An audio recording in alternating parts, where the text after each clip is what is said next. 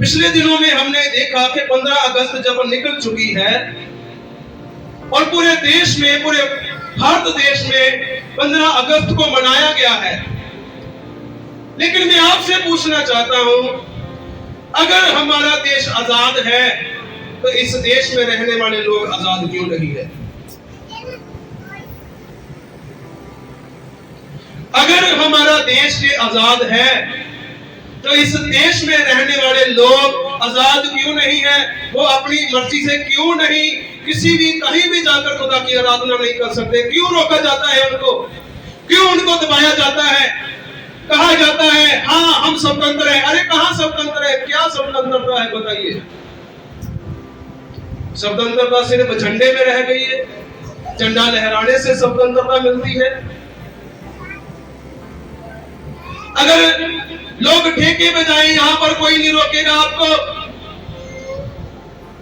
कहीं और बदी में जाए, पाप में जाए, नशे में जाए, कोई भी आपको नहीं रोकेगा। लेकिन जब आप चर्च जाएंगे तो लोग आपके ऊपर उंगली उठाना शुरू कर देंगे। ये कैसा इंसाफ है? ये कैसी स्वतंत्रता है? अगर देश स्वतंत्र है तो देश में रहने वाले लोग भी स्वतंत्र होने चाहिए। वो अपनी मर्जी से कहीं भी जाकर खुदा उनकी आराधना कर सकते हैं। बोला हालेलुया। कोई भी जन, किसी को कोई अधिकार नहीं है कि कोई किसी को रोक सके कि तू चर्च में मत जा। क्यों रोका जाता है? क्या आजादी ये है? स्वतंत्रता ये है? गलातियों 5:1 में लिखा है मसीह ने स्वतंत्रता के लिए हमें स्वतंत्र किया है, और आगे लिखा है इसी में स्थिर रहो। अगर मसीह ने हमें स्वतंत्र कर दिया, आजाद कर दिया, क्योंकि एस्तर 1:1 में लिखा है कि एक शशरे करके एक राजा था जो 127 प्रांतों के ऊपर राज्य करता था। उसके साथ वो हिंदुस्तान के ऊपर भी राज्य करता था। और मैं कहना चाहता हूं, ये हिंदुस्तान जो देश है ये बाइबल का देश है। सब जोर से बोलो हालेलुया। और इस देश में रहने वाले लोग भी खुदावंद यीशु मसीह के लोग हैं, जैसे इस्राएली लोग यहोवा परमेश्वर के लोग हैं। और आज के समय में खुदावंद के कलाम के अनुसार अगर हिंदुस्तान का नाम बाइबल में बताया गया है, लिखा गया है, और इस देश में रहने वाले लोग भी खुदावंद यीशु मसीह के लोग हैं।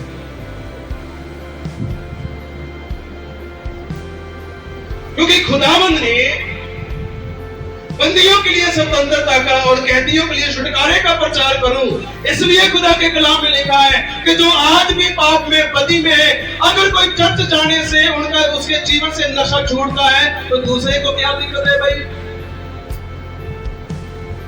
अगर चर्च जाने से किसी दूसरे व्यक्ति को उसकी बीमारी से उसको आजादी मिलती है, दूसरे को क्या लेना देना है भाई? क्यों रोका जाता है उसको? अरे किसके ऊपर दूसरे को जज ठहरा दिया कि हम किसी का न्याय करें? हम किसी का न्याय नहीं कर सकते। खुदा का कलाम में लिखा है परमेश्वर न्यायी है। बोला हालेलुया। परमेश्वर क्या है? न्यायी है। परमेश्वर न्याय करने वाला है, वो न्याय करता है। इसलिए खुदावंद के कलाम में लिखा है आगे 2 आयतों में कि यहोवा के प्रसन्न रहने के वर्ष का और हमारे परमेश्वर के पलटा लेने का दिन का प्रचार करूं कि सब विलाप करने वालों को शांति दूं। बोलो हालेलुया। आज अब अगर आप दुखी हैं, परेशान हैं, मैं यीशु के नाम से घोषणा करता हूं आपके लिए खुदावंद की शांति जो स्वर्ग में है वो आपके जीवन में और आपके घर में यीशु मसीह के नाम से आएगी। सब जोर से बोलो आमीन। और खुदावंद की शांति आपके घर में आएगी।